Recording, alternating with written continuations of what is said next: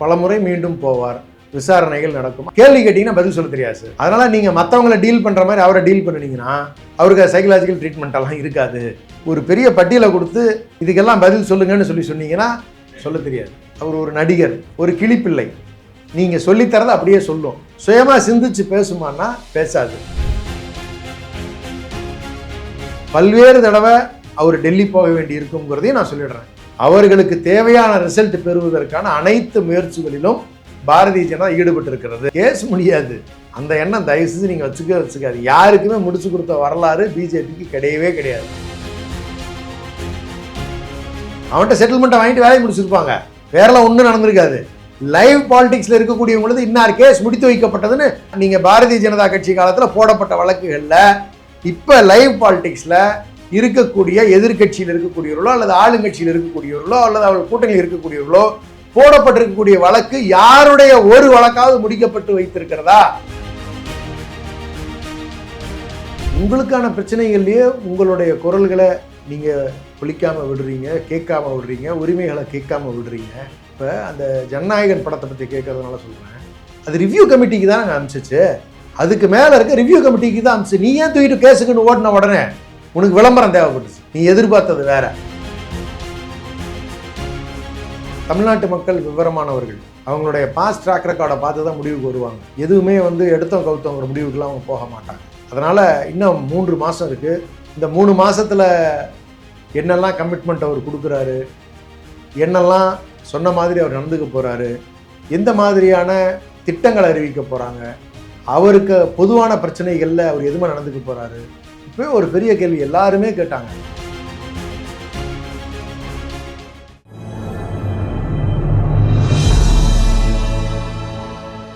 Tamil news நேயர்களுக்கு அன்பு வணக்கம். இன்றைய சிறப்பு நேர்காணலில் நம்மோடு இருந்திருப்பவர் திராவிட முன்னேற்ற கழகத்தினுடைய செய்தி தொடர்பாளர் மரியாதைக்குரிய ராஜா தமிழ்மாறன் சார். சார் வணக்கம். வணக்கம். விஜய் அவர்கள் டெல்லி சிபிஐ அலுவலகத்தில் ஆஜராவதற்கு புறப்பட்டு விட்டதாகவும் தகவல்கள் வெளியாகி இருக்கின்றன. ஸோ இப்போ மீண்டும் ஆஜராக போகிறார். ஏற்கனவே ஒரு நாள் ஆஜராகி இருந்தார். 7 மணி நேரம் விசாரணை நடந்தது. அதில் ஒரு சில மணி நேரங்கள் தனிமையில் அவர் அமர்த்தி வைக்கப்பட்டிருந்தார் என்ற தகவல்கள்லாம் வந்தது. அதைத் தொடர்ந்து இப்போ மீண்டும் விசாரணைக்கு அழைத்திருக்கிறார்கள். அடுத்தது 23ஆம் தேதி பிரதமர் அவர்களும் தமிழகம் வர இருக்கிறார்கள். தலைவர்களும் கூட்டணியும் முடிவு செய்யப்படணும் அப்படின்ற மாதிரியும் மும்மரமாக போய்கொண்டிருக்கிறது என்டிஏ. இப்போ விஜய் அவர்கள் போறாரு, இதுல என்ன பின்னணி இருக்க போகுது சார்? பலமுறை மீண்டும் போவார், விசாரணைகள் நடக்கும். ஆனால் ஒரு விஷயம் எனக்கு தெரிஞ்ச தகவலை வச்சு நான் சொல்றேன், அவரை தனியாக உட்கார வைக்கிறதெல்லாம் அவருக்கு சிரமமா இருக்காது. கேள்வி கேட்டால் தான் சிரமமா இருக்கும். ஏன்னா எப்பவுமே தனிமையிலேயே இருக்குது அவர்.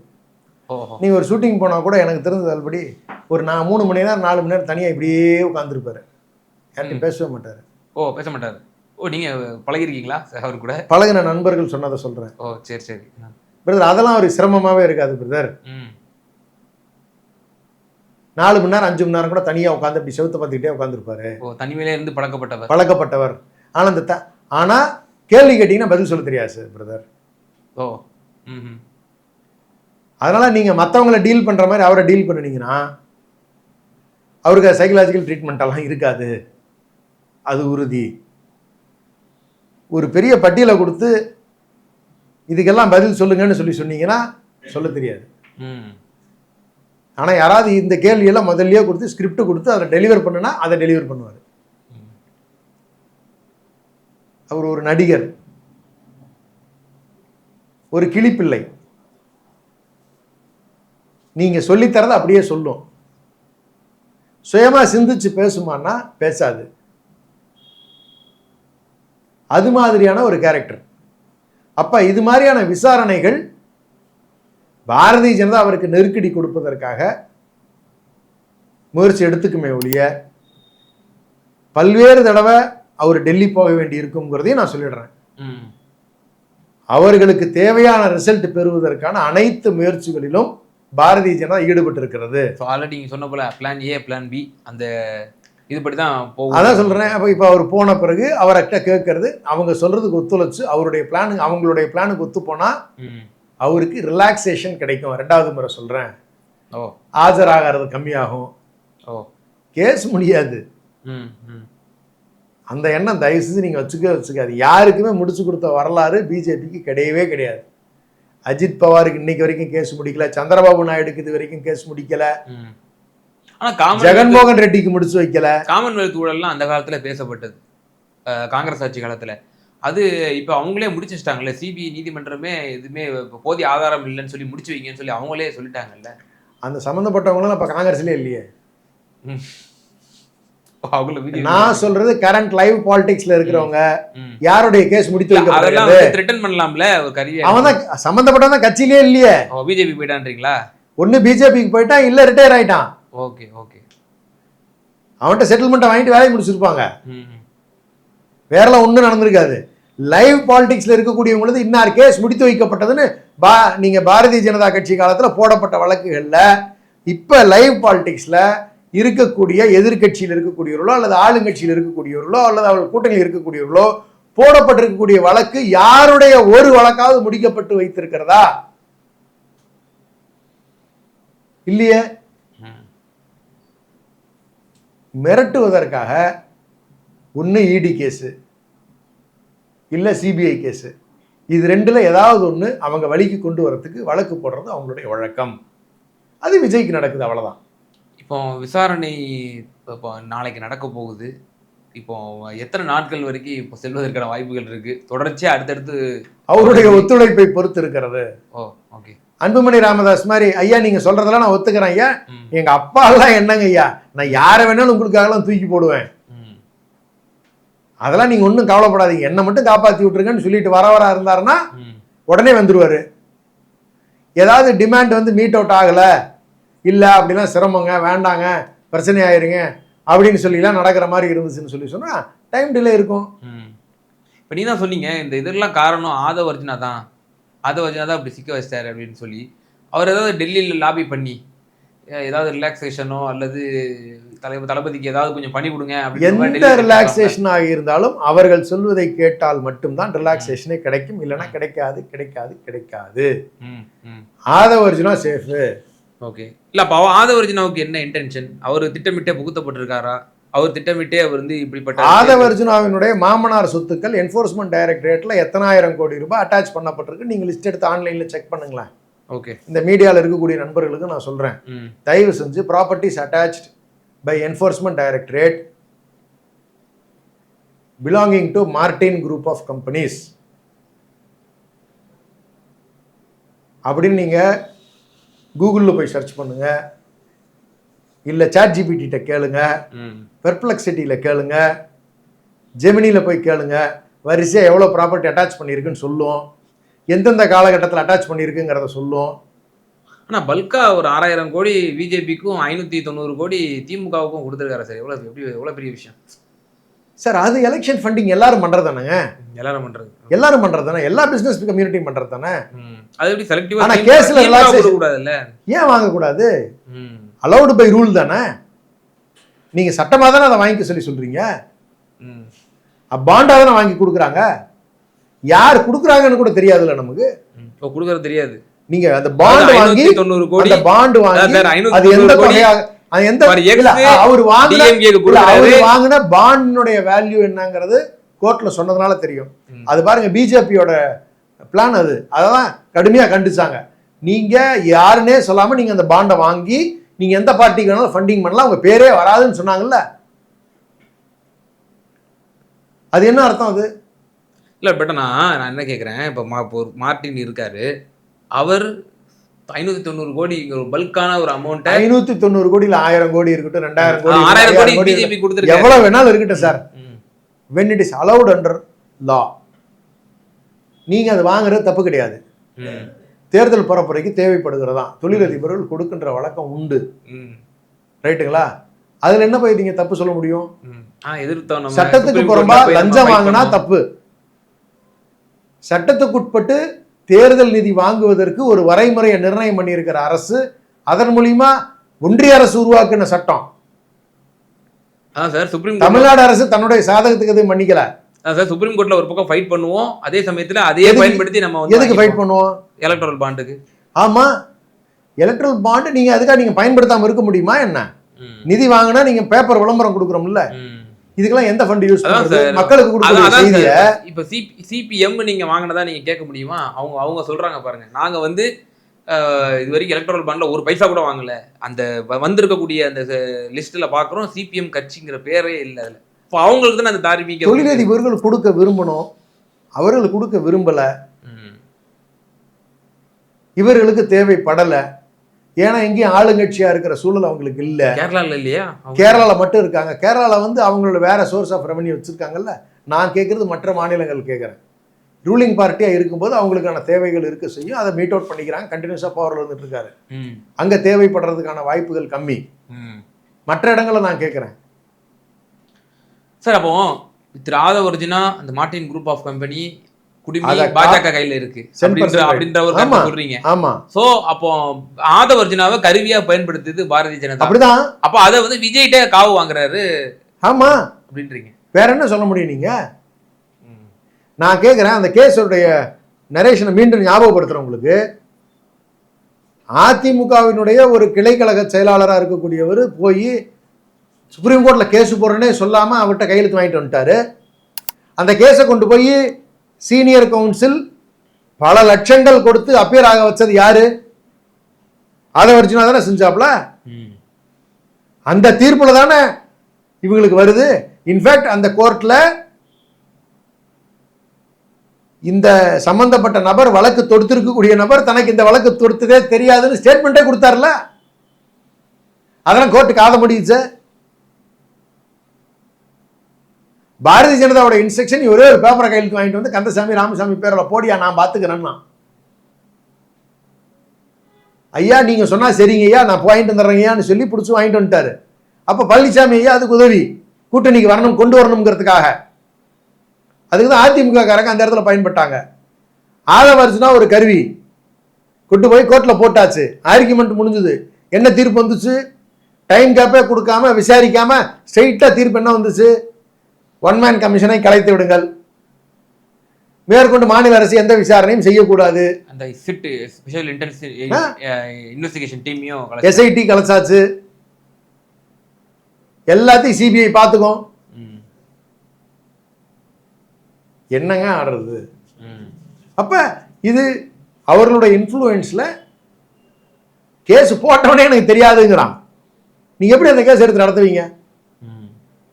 ஒரு வரைமுறையே இல்லையா ஒரு நீதிமன்றத்தை வளைக்கிறதுக்கு? சார் இப்போ சாட்சிகளிடமும் அடுத்தபடியாக விசாரணை செய்வார்கள். அதில் நிச்சயமாக பல உண்மைகள் வெளிவர வாய்ப்புகள் இருக்கின்றனங்கிற ஒரு கருத்துப்பட கூறப்படுகிறது. அதே போல இப்போ அஜய் ரஸ்தோகி ஓய்வு பெற்ற நீதியரசரையும் வந்து மானிட்டரிங் போட்டிருந்தாங்க.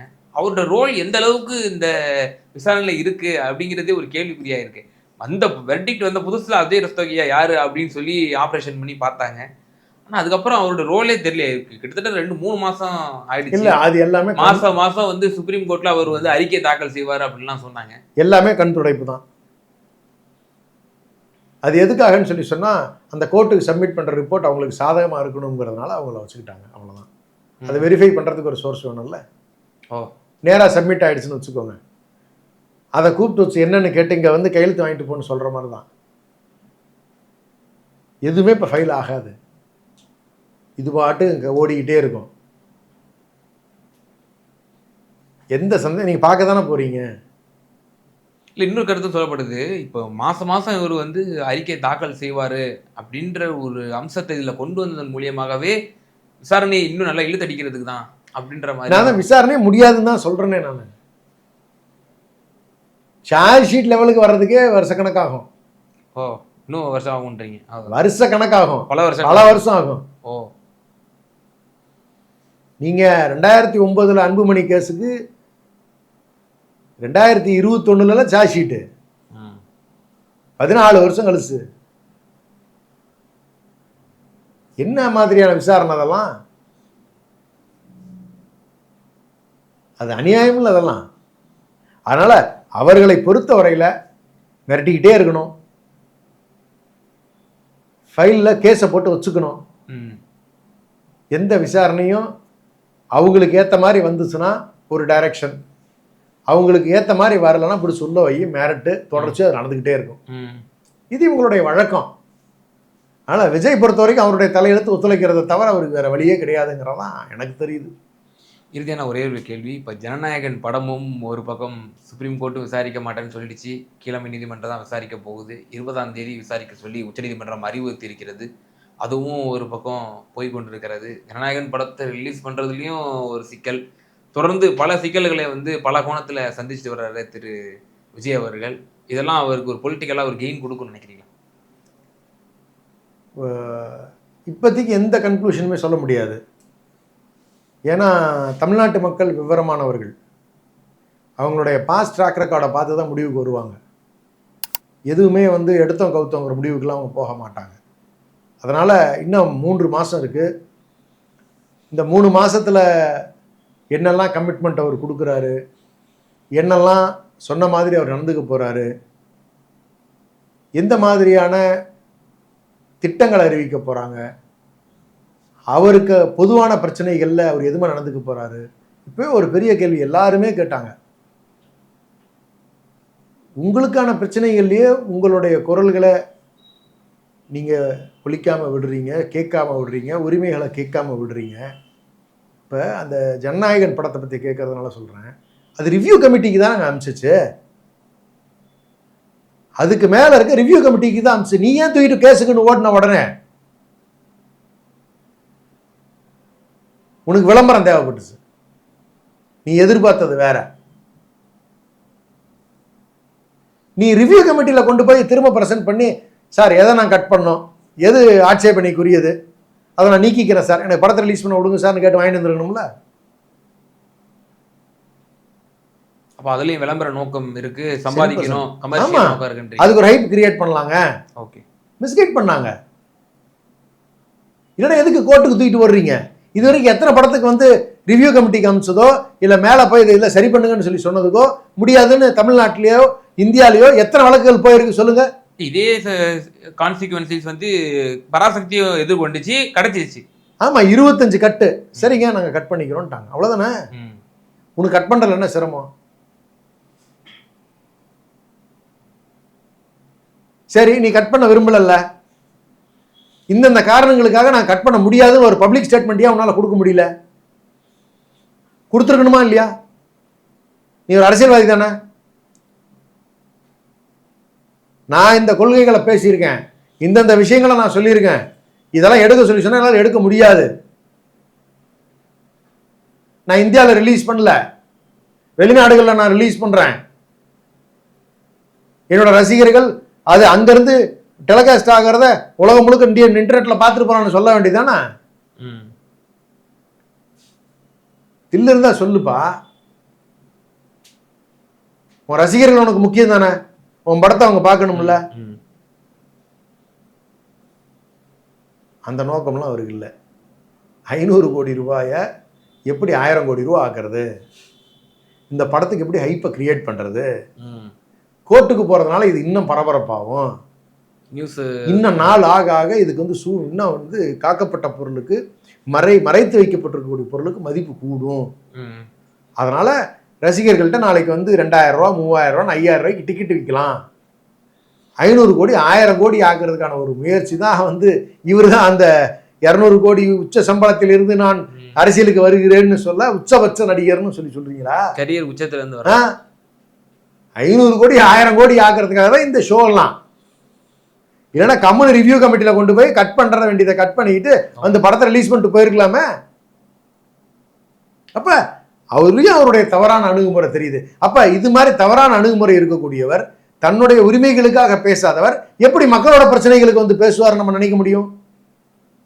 திமுக தான் ஒரு ஸ்டாண்ட் எடுக்குதுன்னா மக்களுக்கான பிரச்சனை தனக்கான பிரச்சனைனால போராடுது இல்ல. ஸோ அப்போ சிபிஐ விசாரணை கேட்டது வாண்டடாக அவரே சிக்கியது. இதில் வந்து முழுக்க முழுக்க கமர்ஷியல் மற்றும் விளம்பரம் நோக்கம் கொண்டது. ரெண்டும் தவறான அணுகுமுறை. ஓகே, 2 கோர்ட்டுக்கு போன தப்பான முடிவு. நீ இங்கே விசாரணையை ஃபேஸ் பண்ணி இல்லைன்னு முடிச்சிருக்கலாம்ல. விசாரணை கமிஷன் உன்னை கைது பண்ணாங்களா? எஃப்ஐஆர்ல சேர்க்கல ஒரு பேர்.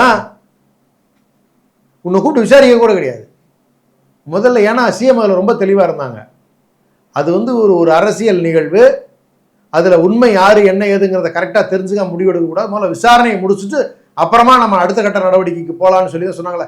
ஆனா ஆந்திரால அல்லு அர்ஜுன் அவனுடைய பட வெளியீட்டுக்கு ஒரே ஒரு நபர் செத்து போனாரு, ஒரு சிறுவன் செத்து போனதுக்கு அல்லு அர்ஜுனா பிடிச்சி ஜெயில வச்சாங்கல்ல, ரேவந்த் ரெட்டி வச்சாருல. அப்படி 41 பேர் செத்து போனதுக்கு உடனே பிடிச்சி கன்க்ளூட் பண்ணாங்களா?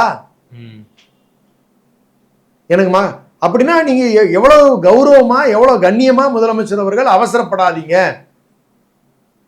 பொலிட்டிக்கலி மோட்டிவேட்டட் கேஸ் மாதிரி நினைச்சிருவாங்க. உண்மையை முதல்ல விசாரிச்சு டீம் முதல்ல கமிட்டி ரிப்போர்ட்டை முதல்ல கொடுங்க, அதுக்கப்புறம் தான் மேற்கொண்டு நடவடிக்கைகளுக்கு போகணும். எனக்கு இதுல வந்து உண்மையை கரெக்டா தெரிஞ்சுக்காம மேல் நடவடிக்கைக்கு போக விருப்பம் இல்லைன்னு ஒரு சிஎம் எவ்வளவு காஷியஸா ஹேண்டில் பண்ணியிருக்காரு. ஆனா ஆதவர்ஜனா எப்படி கொண்டு போய் விளையாட்டு புள்ளியாட்டம் கோத்து விட்டு வந்துட்டா? விஜய் வில் ரிக்ரெட் 100% சொல்றேன். கூடா நட்பு கேடாய் முடியும், அதுவும் தப்பு. இந்த சினிமாக்கு ரிவ்யூ மீட்டிங்க்கு போய் நீங்க கேஸை சிம்பிளா முடிச்சு நீங்க வந்து இந்த படத்தை எப்போ ரிலீஸ் பண்ணியிருக்கலாம், இதையும் நீங்க ரிலீஸ் பண்ணல, இதையும் நீங்க கோர்ட்டு கொண்டு போய் நிப்பாட்டி நீங்க அசிங்கப்படுத்திட்டு இருக்கீங்க. Wrong guidance given to Vijay. இது அவங்க ரசிகர்களும் புரிஞ்சுக்கணும், தமிழ்நாட்டு மக்களும் புரிஞ்சுக்கணும் நான் சொல்றேன். இதுல ஏதாவது உங்களுக்கு மாற்று கருத்து இருக்கா சொல்லுங்க. நீங்க ஒரு நெறியாளர் இல்ல சார், நீங்க சொல்ற தப்பா சொல்றீங்க சார் சொல்லுங்களேன். உங்க பாயிண்ட் ஆஃப் வியூ மக்கள் அதை பார்த்து கொண்டு இருக்கிறார்கள். மக்கள் கூட ஒரு பக்கம் நீங்க சொல்லுங்களேன். நான் ஒரு நெறியாளரா நீங்க ஒரு பயணம் இருக்கீங்க, இல்ல சார் அது நீங்க சொல்றது ஃபேரான கேள்வியா இருக்கு சார், இல்ல சார் நீங்க அநியாயத்துக்கு நீங்க வந்து கேட்கறீங்க சார் சொல்லுங்களேன் பார்க்கலாம். முடியல, ஒரு சின்ன தயக்கம் இருக்குல்ல. இந்த சிந்திக்கிற போக்கு தான் தயவு செஞ்சு மக்களுக்கு வேணும்னு நான் சொல்றேன். நிச்சயமா சார், சமகால அரசியல் சூழ்நிலை குறித்து ரொம்ப தெளிவாக எங்கள் நேயர்களுக்கு உங்கள் கருத்துக்களை பகிர்ந்தீங்க. மிக நன்றி. நன்றி தோழர்.